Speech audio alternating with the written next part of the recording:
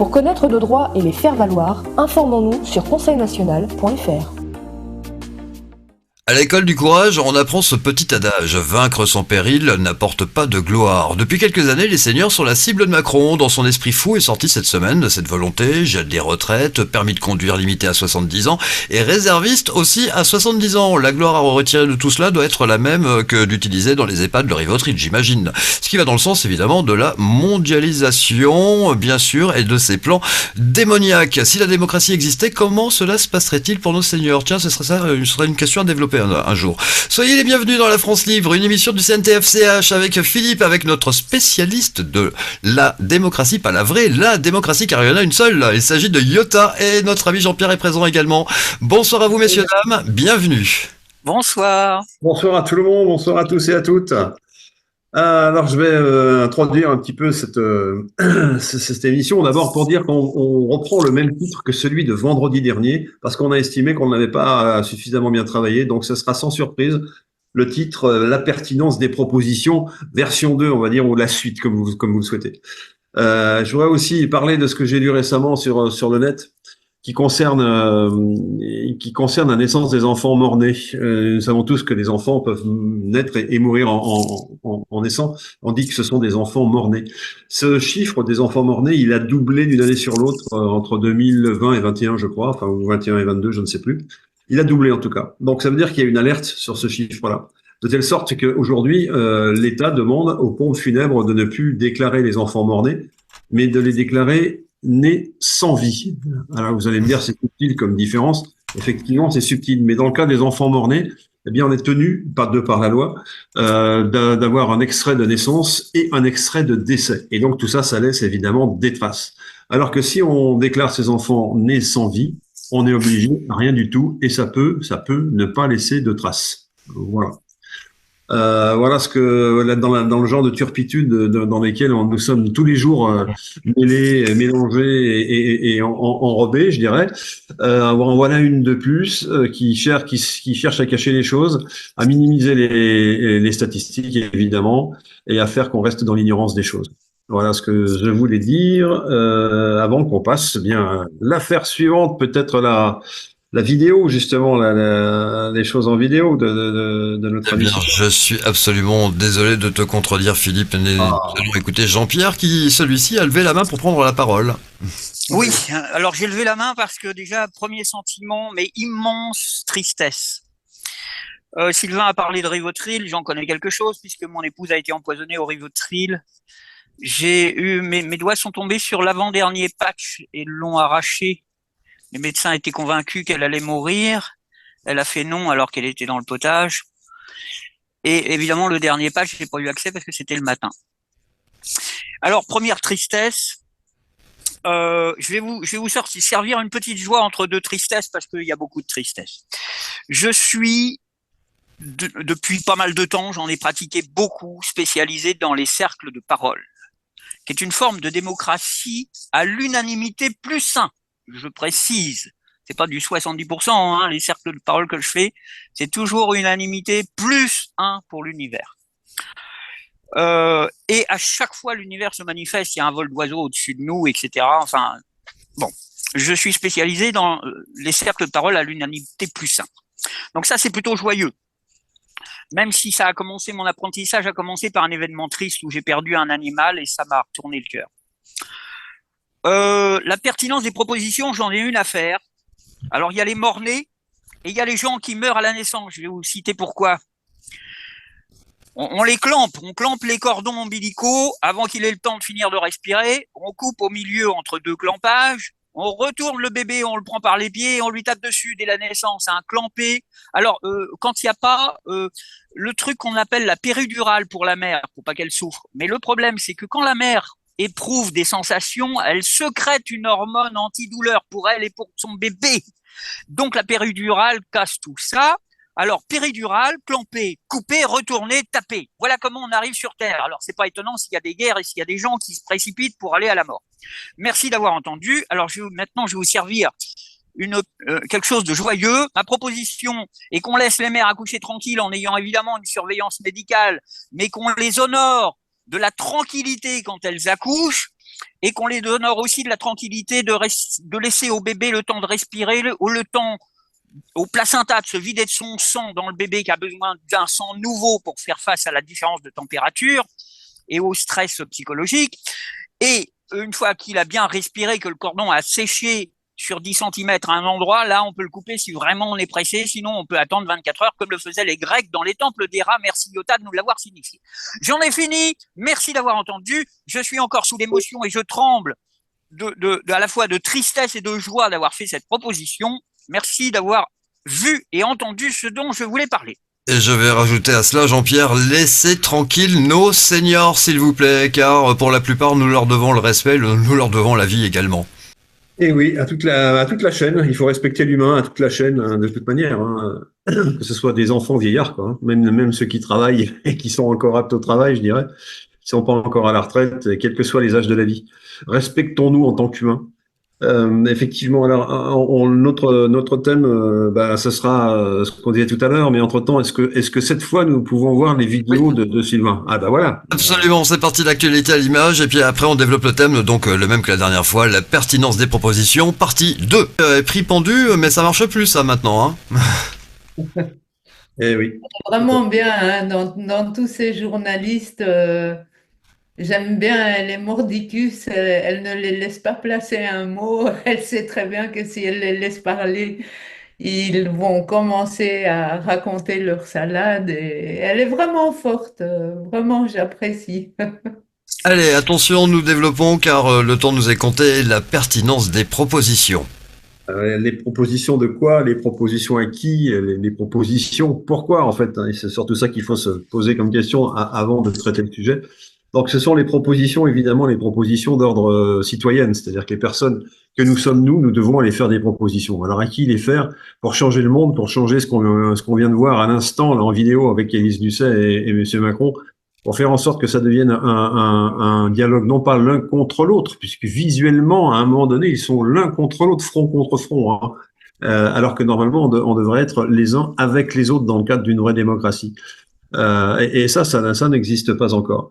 Donc, faire des propositions, c'est justement faire en sorte que ça change. Comment est-ce qu'on va faire? Qu'est-ce qu'on va changer? Quelle est l'urgence? À quel moment on fait ces propositions? Ces propositions, on peut les faire maintenant.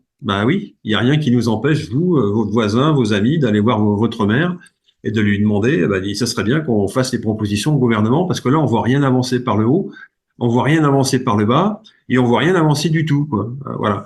On a déjà eu l'occasion de voir qu'il y avait certains maires de France qui s'étaient mouillés, si je puis dire, en écrivant de façon un petit peu sèche au gouvernement pour expliquer que les EHPAD de ces différentes communes, bretonnes en l'occurrence, eh bien ces EHPAD étaient au bout du rouleau et que le gouvernement français ne faisait pas son devoir en termes financiers pour les abonder, pour les financer.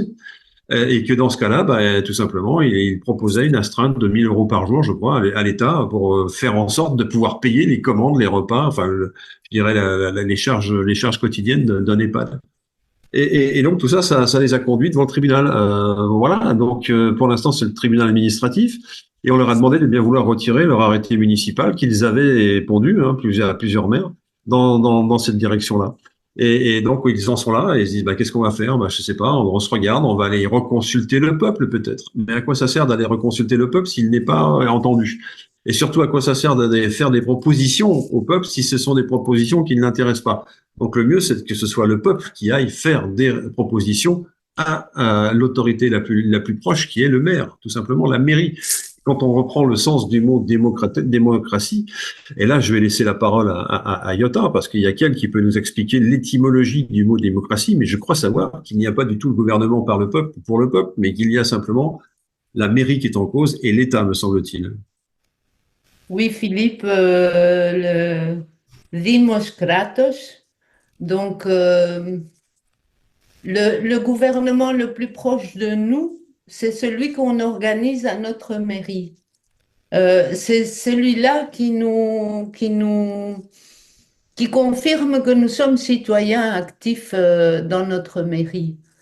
Là, évidemment, on va faire un petit retour historique dans l'Athènes ancienne, où c'était les villes-États. Et les villes-États étaient organisées par les mairies et par les citoyens eux-mêmes. Donc, quelle est la différence entre une ville-État et un pays? Ben, foncièrement, il n'y en a pas vraiment. La seule différence, c'est qu'un pays contient plusieurs villes, tandis qu'une ville-État contient plusieurs mairies. Donc, c'est toujours par la mairie que nous allons commencer notre travail de citoyen. Et pourquoi les propositions dans nos mairies, Philippe? Parce que les propositions qui nous concernent, c'est celles qui sont autour de nous, hein, comme d'habitude, et toujours le même discours. Les hôpitaux, les écoles, les maisons de retraite, toutes les choses qui sont essentielles pour nous et que nous devrions organiser nous-mêmes. Évidemment, avec la mondialisation, on a perdu tout ça. Et qu'est-ce qui se passe? Eh bien, on a vu que tous nos hôpitaux étaient désorganisés. Les mairies, c'est le maire qui prend la décision pour vendre la mairie, je dirais d'une manière, puisque on vend au plus offrant les besoins de la mairie. Donc, revenons un petit peu aux propositions que les Athéniens faisaient et qui ont prouvé et qui ont donné des résultats, puisque nous avons quand même ce quatrième et ce cinquième siècle avant Jésus-Christ qu'on appelle le siècle d'or.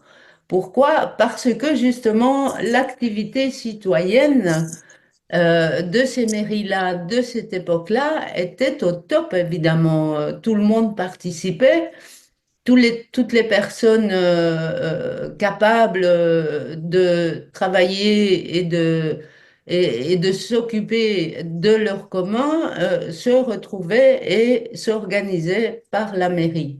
Donc voilà, aujourd'hui, comme on est dans un monde où on a la critique facile, hein, parce que beaucoup critiquent dès qu'on a fait quelque chose, la critique est première.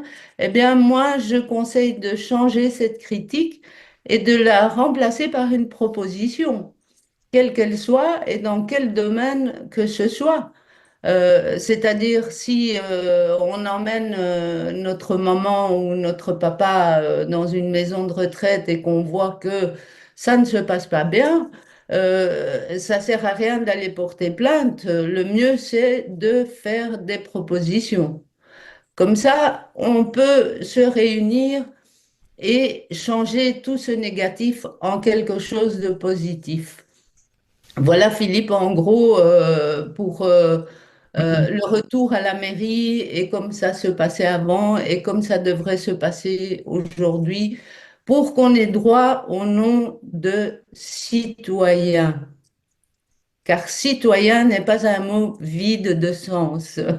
Citoyen veut dire je suis actif dans ma mairie, je suis actif dans tous les domaines où je suis capable et toujours volontairement, bien sûr. Voilà, Philippe. À moins que Jean-Pierre. Jean-Pierre, oui. Voilà, il a quelque chose à dire. Alors oui, j'ai relevé la main parce que j'ai une proposition à faire à propos de ce que Philippe a dit. Merci d'avoir dit tout ce que tu as dit, Philippe. Je me rappelle plus, il y a quelque chose qui m'a beaucoup touché. Mais par rapport aux EHPAD, ma proposition est qu'on fasse des petites structures multidirectionnelles. C'est-à-dire des petites structures qui accueillent à la fois des vieux, des jeunes en difficulté, quelques éducateurs, quelques infirmières, un toubib qui passe de temps en temps, pour comprendre un peu tout le monde et pour mettre tout le monde en relation. Il faut savoir que les jeunes en difficulté, les jeunes qui sont violents, on peut en obtenir une extrême douceur et une bonté rare. Parce que c'est des gens qui ont connu la galère tout simplement et qui ont appris que le combat physique. Mais si on leur apprend autre chose, si on leur apprend à faire parler leur cœur, ce sont des gens d'un immense amour et qui pourraient veiller sur les vieux, voire même au péril de leur propre vie. Donc, merci d'avoir entendu. C'est une proposition, hein, de faire Alors, des petites structures multidirectionnelles. C'est une proposition magnifique, Jean-Pierre, et moi j'y ai déjà pensé souvent parce que j'ai ma mère dans une maison de retraite. Elle y a décidé d'y être toute seule, hein. Je ne l'ai jamais obligée à aller dans une maison de retraite. Mais chaque fois que je vais la visiter, je me dis, mon Dieu, on pourrait organiser ça différemment. C'est-à-dire, comme il y a beaucoup d'enfants tout seuls et qu'il y a beaucoup de vieillards tout seuls, pourquoi ne pas les organiser et les mettre ensemble, justement? Et ces vieilles personnes donneraient des idées aux jeunes enfants et en même temps, nous aurions un contact humain. Voilà une proposition qui est magnifique, je trouve, et merci pour cette idée, Jean-Pierre. Oui, Philippe. Oui, alors effectivement, proposition magnifique et très belle idée. Trop, à mon avis, belle idée pour que nos gouvernements en chef la retiennent, parce que ce qu'ils cherchent, c'est à diviser et sûrement pas à rassembler, c'est à désinformer et non pas à transmettre. C'est-à-dire que les anciens transmettaient historiquement aux plus jeunes, et c'est exactement cette chaîne-là qu'il convient pour ces messieurs de rompre. Hein. Et donc, c'est sûrement pas pour nous donner ce genre de facilité. Alors, ça me fait penser à autre chose, c'est que on va exprimer ici, j'espère une fois pour toutes, la différence qu'il y a entre le RIC, qui est une idée, et le RIP, qui est une autre idée. Et dans un cas, on doit s'adosser à l'État pour qu'il veuille bien que nous accédions à nos demandes nous-mêmes, et dans l'autre, on raisonne en citoyen. Est-ce que, Iota, tu peux nous expliquer un petit peu cette différence entre le référendum d'initiative populaire et le référendum d'initiative citoyenne? Voilà. Alors, la différence entre un RIP, donc référendum d'initiative populaire, comme ça se passe en Suisse, c'est toujours le gouvernement qui initie un référendum et c'est toujours le gouvernement qui agrée ce référendum à la fin. Par contre, le RIC, qui est un référendum d'initiative citoyenne, est une proposition, hein, aussi une proposition faite par beaucoup de personnes en France et que moi j'ai initiée, je le dis tout haut là, parce qu'ils ont tendance à l'oublier, ceux qui se reconnaîtront. Le RIC, donc, c'est un simple citoyen qui initie un référendum tout seul. Donc, on n'a pas besoin d'un gouvernement derrière. Et qu'est-ce qui se passe évidemment dans le cas d'un RIC? C'est que, à la fin, aujourd'hui, nos gouvernements ne veulent pas reconnaître un RIC. Pourquoi? Parce qu'il a été initié par un simple citoyen. Normalement, nous devrions arriver à initier des RIC nous-mêmes. Et finalement, si on le faisait dans nos mairies, si on commençait par nos mairies, de faire un référendum, une proposition à notre mairie et de voir à la fin si notre maire pourrait accepter ou pas. De toute façon, ce serait sa liberté à lui qu'il le fasse ou pas. Mais voilà, Philippe, la différence essentielle entre un RIP et un RIC. Un RIC, donc, n'a aucune loi, n'existe avec aucune loi en ce moment. Beaucoup essayent de le mettre en action. Ce qu'il faudrait faire, eh bien, c'est que l'un de nous décide d'initier un RIC et d'essayer de le faire valider et légaliser à la fin de ce référendum. Je veux vous dire que nous, en Grèce, on a été obligés de faire un référendum de cette sorte et on l'a fait pour l'eau.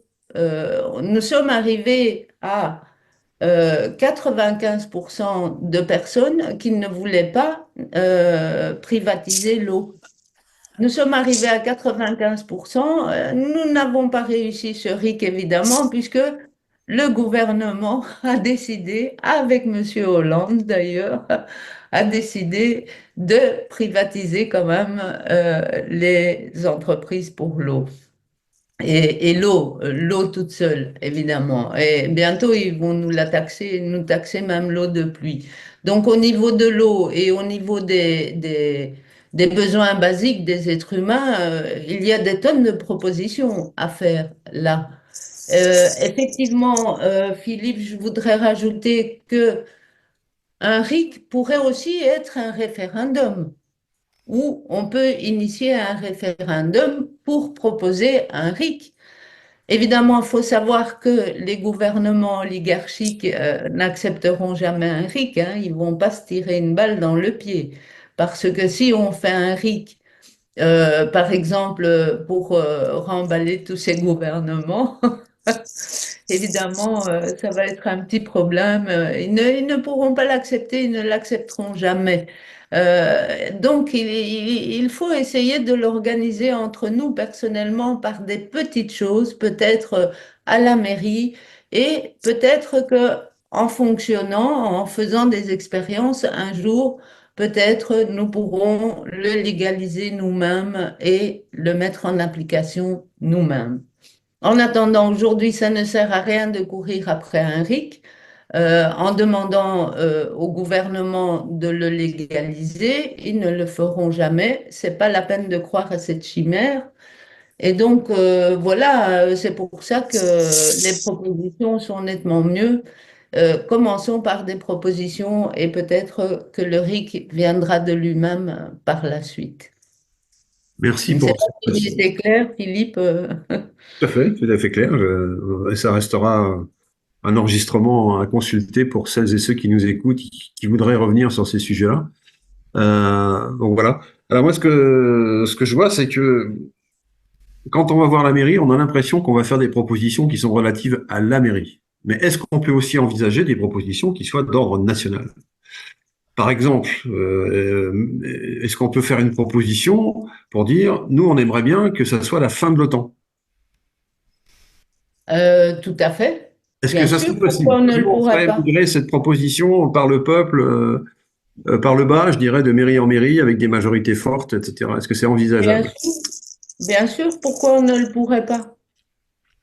On n'a que les libertés qu'on se donne, hein. Si nous, on décide que cet OTAN-là doit disparaître, comme j'ai entendu Xavier Moreau hier, j'ai entendu son émission et il disait l'OTAN est en passe de disparaître, ce que je trouve une excellente idée et je prie pour que ça se réalise.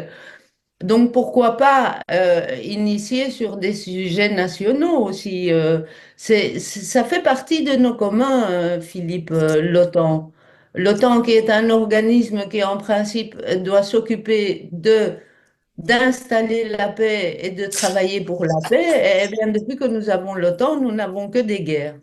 Donc, voilà, c'est vraiment une très bonne idée d'initier, d'introduire des propositions en disant, nous ne voulons plus de l'OTAN puisqu'il ne remplit pas ses fonctions. C'est Dans tout les, à fait possible. ouais, d'accord. Dans les prévisions qui sont faites, généralement, on envisage sereinement ou pas sereinement des pénuries. Des pénuries de carburant, des pénuries de livraison d'un peu tout et des pénuries de nourriture. Est-ce que dans le cadre de cette pénurie, plutôt que de, je dirais, de faire jouer la règle du rare et cher, plus c'est rare, plus c'est cher, donc on va avoir une augmentation vertigineuse des prix de produits qui ne seront accessibles que par les gens riches, évidemment. Eh bien, dans ce cadre-là, est-ce qu'on pourrait pas instaurer, je dirais, un prix unique des denrées de base?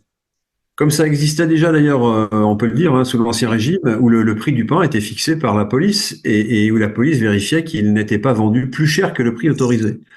En revenir en quelque sorte en cas de crise, uniquement en cas de crise, mais il faut pouvoir le prévoir.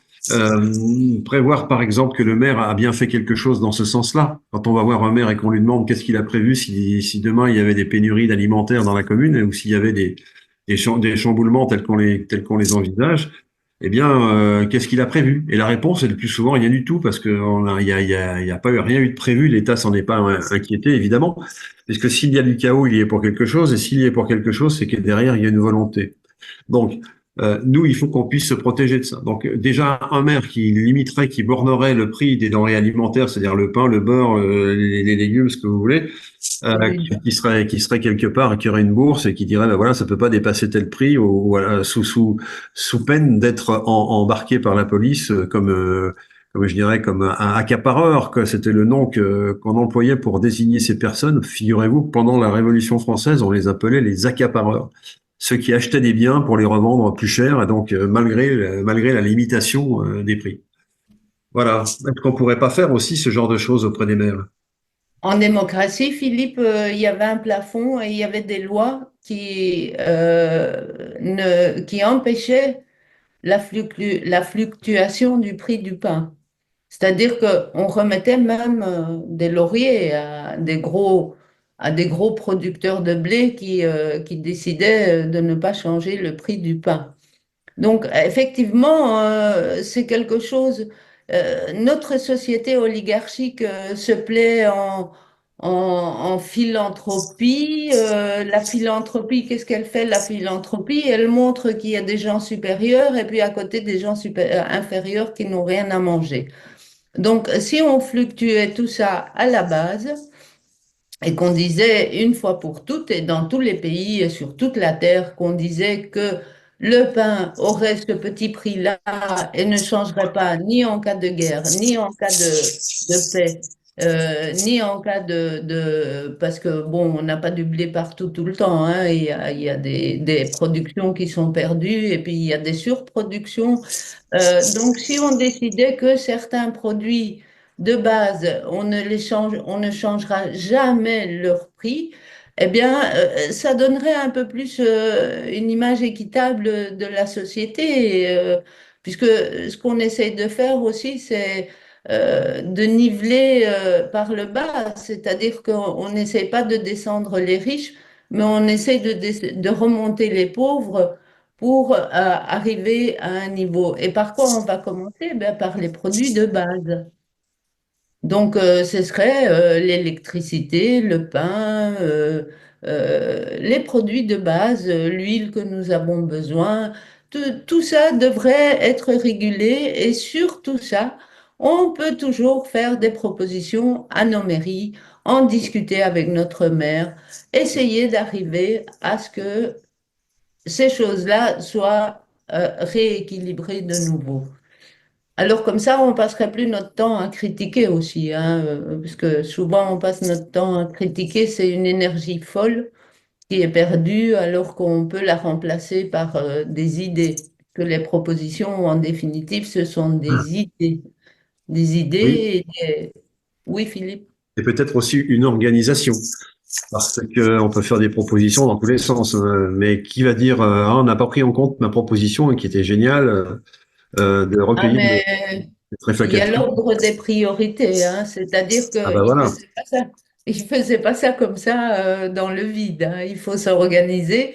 On met les choses par priorité et les propositions se font sur les priorités. Et puis, effectivement, quand on a réalisé les priorités, on peut faire des propositions de choses beaucoup plus variées. Mais il Priorité, faut quand urgence. même rester sur des priorités. Priorité, importance, urgence, oui, effectivement. Ben ça, là, je dirais la chasse est ouverte, c'est pas le mot, mais les avis de chacun seront bienvenus sur tout simplement notre adresse email contact.info@conseilnational.fr. Ceux qui nous écoutent et qui ont des propositions, des idées à mettre non pas dans un panier fourre-tout, mais dans un global, dans un ensemble de propositions qui seront forcément recueillies par nous et auxquelles on s'engage à donner une réponse, alors qui peut être laconique. N'attendez pas des 3 pages de commentaires parce qu'on n'aura pas le temps. Et puis c'est pas le but. C'est la proposition. Philippe, attends, là, il faut quand même leur dire une chose, hein, parce que ça va Oui. leur paraître une montagne, hein, si on n'explique pas. Il faut bien sûr synthétiser son idée et il faut bien sûr prendre le temps de lire toutes ces propositions. Et bien sûr, toutes ces propositions seront organisées. Il y a un schéma de base qui permet que certaines propositions, étant donné qu'elles sont prioritaires, tout le monde doit être capable de les lire. Donc, ne faites pas des propositions de 3 4 pages, hein. On se limite Non. à... C'est une phrase, une proposition, hein. C'est une phrase, voire deux, mais c'est pas plus, hein, Voilà, effectivement, hein. voilà. On est d'accord. D'ailleurs, à ce propos, est-ce qu'il existe un historique des propositions qui auraient été faites sous la démocratie grecque? Est-ce qu'il y a déjà des traces de ça? Bien sûr, on a par exemple on a les plus belles propositions qu'on a eues, c'était avec Périclès à l'époque de la démocratie. C'est-à-dire que Périclès a fait une proposition de reconstruire toute l'acropole. Eh bien, c'était sur une base d'une proposition de Périclès. Puis on a cette guerre qu'ils ont gagnée à Salamine avec les trières. qui a été faite sur base d'une proposition de Thémistoclès. Pour Donc, fabriquer les trières, effectivement, hein. fabriquer l'étrière enfin l'étrière, surtout corinthienne, existait bien avant, mais Thémistoclès a proposé de mettre un bout de fer sur la proue du bateau. Comme ça, ils ont gagné la guerre de Salamina. Mais Thémistoclès, avant de recevoir les finances et la participation du peuple pour pouvoir réaliser ce projet-là, il avait entré une proposition à l'Assemblée du peuple. Et durant les 140 ans de démocratie athénienne, rien ne se faisait sans qu'il y ait eu une proposition de quelqu'un, qu'il ce soit un simple citoyen ou un grand monsieur comme Périclès ou Thémistoclès. Donc voilà, évidemment, Philippe, si tu veux bien montrer le livre, parce que tout ça est très bien expliqué dans le livre. Les propositions sont faites par tous. Il n'y a pas de ségrégation. Les propositions, évidemment, si on a des priorités et qu'il y a des domaines et qu'il y a des gens qui s'y connaissent mieux, eh bien, ils viennent volontairement faire une proposition et cette proposition-là sera votée à la fin par tout le monde. Donc, oui, on a, à travers les 140 ans, on a toute cette Athènes qui s'est construite sous base de toutes ces propositions. Prenez-en des renseignements, des informations. Ça nous donnera du courage à tous pour changer notre quotidien, tout simplement, et commençons par la mairie, hein, Et on Ouais. pourrait aussi réorganiser la production française. Je pense que c'est relativement important. C'est une proposition. bien sûr. Oui, ça rebondit sur sur la vidéo que tu nous as montrée tout à l'heure, sur le projet de licenciement et de fermeture d'usine, dont M. Macron n'était pas au courant. Et alors qu'il y a la possibilité, effectivement, de rester sur notre territoire, avec une belle valeur ajoutée, tout en gardant de l'argent et en gardant surtout le personnel dans les lieux de production et non pas dans les queues de chômage pour toucher le RSA ou que sais-je. Donc moi j'ai envie de dire un petit souhait que j'ai envie de faire moi à titre personnel, c'est une proposition dans laquelle on demanderait aux scientifiques de bien vouloir nous apporter la preuve de l'existence de la Covid-19. Ah oui. Parce que s'il n'y a pas cette preuve-là, le narratif est faussé. Je dis pas que tout est faux, hein, je dis que le narratif est faussé. Et tant qu'on n'a pas établi cette preuve, eh bien, on n'a fait que la moitié du chemin, c'est-à-dire rien, tant qu'on n'est pas au bout de ce chemin scientifique qui consiste à isoler quelque chose, un être vivant ou quoi que ce soit, entre deux lamelles, selon des procédures que je ne veux pas dérouler ici, parce que je les connais pas par cœur, mais que je n'ai vues écrites nulle part, malheureusement, moi et d'autres. Donc voilà, ma proposition, c'est la suivante. Nous espérons que des scientifiques viendront nous apporter la preuve de l'existence du virus de la Covid-19. Voilà. Oui, Jean-Pierre, nous t'écoutons puisque tu as levé la main. Ah, pardon. Merci infiniment. Alors, d'avoir parlé de priorité. Il n'y a jamais d'urgence. Urgence, ça veut dire pressé. Et encore, les citrons, personnellement, et mes amis, les pressent avec douceur et compassion. Donc, il n'y a pas d'urgence, il y a des priorités. Il y a des véhicules prioritaires, comme les pompiers, les ambulances, la police et tout ça. Ils sont prioritaires. Donc, on veut nous mettre dans un état d'urgence en raison de ce que je vous ai expliqué tout à l'heure, péridurale, clamper, couper, retourner, taper, état d'urgence. Donc, il n'y a que des priorités. Merci d'avoir signifié ça. Et puis, j'ai noté plein de choses dont je me rappelle plus. J'ai noté le mot accepter. Accepter, il commence par un A. Moi, les mots, je les écris avec la première lettre en majuscule pour voir comment ils résonnent. Accepter. J'accepte. J'accepte d'être ce que et qui je suis. J'accepte d'avoir les talents que j'ai. J'accepte d'avoir les difficultés que j'ai, car elles sont une promotion sur mon chemin. Elles sont un moteur pour aller au-delà. Merci d'avoir entendu et vu et senti ce que je voulais exprimer. Très bien. Alors, Sylvain, si tu permets juste un tout petit conseil que Bien sûr. que j'ai envie de donner à tout le monde et comment moi je suis arrivée à faire ce livre et tout ça, eh bien, il suffit d'avoir un papier et un bic et de noter ses idées. Voilà, comme d'habitude. On a Comme un d'habitude. petit papier, un bic, un crayon et on écrit ses idées et après on trie ses idées, comme ça on ne les oublie pas. Voilà, ce qui aide beaucoup à écrire des propositions. Voilà, Sylvain, Oui, le livre. Philippe. Oui, avant de laisser la parole à Sylvain pour conclure, juste rappeler que ce soir, nous sommes lundi et que ce soir, nous recevons, comme d'habitude, tous les adhérents qui veulent rentrer sur le forum de discussion qui a lieu à partir de 21 heures sur la salle 826. Alors, mea culpa, j'ai dit une bêtise la dernière fois, je crois. Donc, c'est bien 826, le commencement du numéro de cette salle. Voilà. Pour ceux qui ont l'information complète, de par mail de notre part. Voilà. Très bien, et pour conclure, eh bien, je vais forcément vous faire une proposition pertinente. Vous y attendiez, j'imagine. Oui, je vous propose notre prochain rendez-vous, la France Libre, pour mercredi. C'est pertinent, on est d'accord? Bon, alors, tout très bien. Merci à vous, excellente soirée. Rendez-vous donc mercredi avec le Conseil national de transition français, Canal historique et la France Libre. Excellente soirée, merci à vous.